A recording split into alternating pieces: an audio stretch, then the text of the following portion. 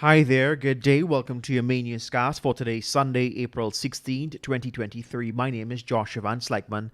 Let's get to the news in details. Guyana has officially applied to the Export-Import Bank of the United States, the U.S. Exim Bank, for a significant loan to fund the gas to energy project. Budget documents indicate that the government is seeking 134 billion Guyana dollars, or 646 million US dollars for the project. Raising concerns about the country's debt record, the magnitude of the funds requested from the U.S. bank could significantly affect Guyana's financial stability.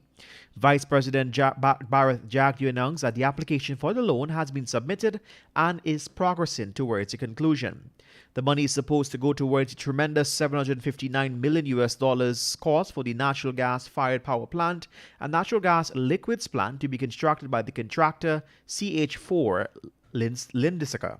The plants to be set up at Wales are part of a larger project that includes the upgrade of the transmission network at the cost of consultants, that is. The project's total cost, according to the budget 2023, is estimated to be 955.5 million US dollars. In all the news, Vice President Dr. Barrett Jagdeo defended a provision of the lopsided Stabroek Block production sharing agreement on Thursday in his government's quest to preserve it.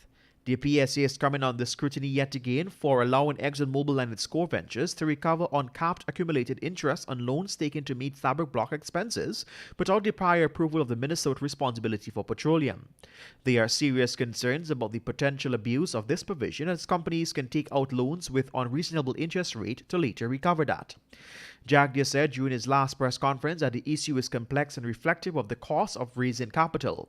He argued that raising capital for the oil and gas industry is a difficult task, as many banks worldwide are moving away from supporting projects linked to fossil fuels.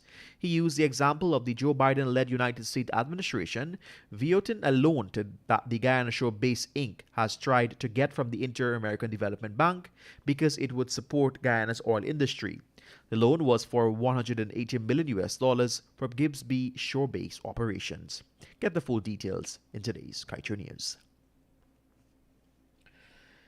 In other news, a 27-year-old foreman from Jukestown, Riverton, Berbice was on Saturday electrocuted while erecting a wooden Guyana Telephone and Telegraph Company GTT pole at number 52 Village, Quarantine, Berbice.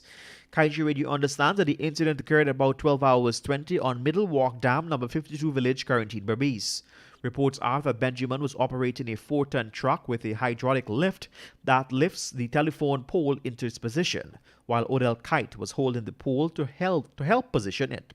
While holding the telephone pole in place, it was reported that Kyle felt a sudden vibration throughout his body.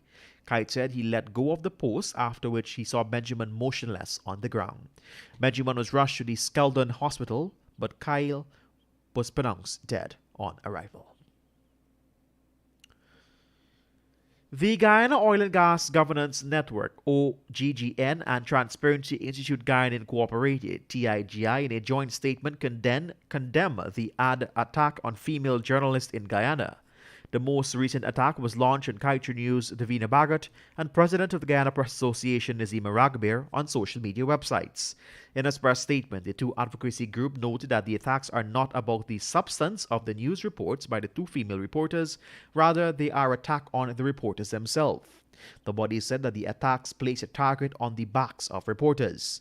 Meanwhile, the National Congress of Women, an arm of the opposition People's National Congress Reform (PNCR), in a separate release said that it joins forces with the Guyana Press Association and other organizations and institutions to denounce the violent attack against Bagot via social media, while noting that it is a medium to perpetrate vile propaganda and character assassination.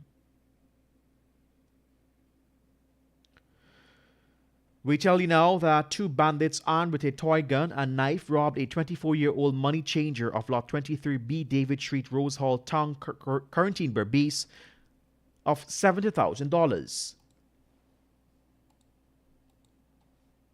I do beg your pardon there. The victim has been identified as Parshram Dave Sukraj, called Dave. The robbery reportedly occurred on Saturday between 9 hours and 9 hours 30. Kaieteur understand that Sukraj informed police about 8 hours that he left home and headed out to Rosal Tongue Republic Road, located a short distance from where he lives. There, while conducting business, two identifiable males approached him. One of them grabbed his shirt and ordered him to hand over what he had. The said perpetrator also pulled out a black knife from his waist and held him at knife point. Parasram reportedly put up a fight and the perpetrator shot him. The perpetrator shouted to the assailant to shoot him. The money changer recalls seeing that the other perpetrators pulling out a black brown gun from his waist and pointing it at him. One of the bandits managed to grab the money and Parasram had in his possession, and both perpetrators ran off and made their escape. Meanwhile, a constable who was performing traffic duties nearby reportedly approached the suspect subsequently, and one of the perpetrators dropped what appeared to be a firearm on the road through a nearby street. The policeman chased the suspect but was unsuccessful in apprehending them. The suspect's firearm was taken to the Rose Hall Town Police Outpost, and upon examination, it was found that the suspected firearm was in fact a toy gun. The toy gun was lodged at the police station. One person has since been arrested in relation to the robbery. And before we wrap things up here, we turn our attention to the page 7 of the Kaieteur News dedicated to being blunt. It is titled, "You Can Hit Us, But You Can't Hurt Us." The more you try to smear us, the higher we soar. We want better for all Guyanese, but it is a crime. We press for truth, and that is a felony. Truth and better we fight for, live for and for a better Guyana. What do our brothers attacking KN wake us up with? With what manner of malice in mind, spitefulness in heart? How can it be that even women journalists are targeted? What does it do for you? Where does it leave you? Truths can never be forever suppressed. A people blessed with so much, ever long oppressed. Ours is not the way to respond in like manner. Others take the gutter and sewer, we take the high road.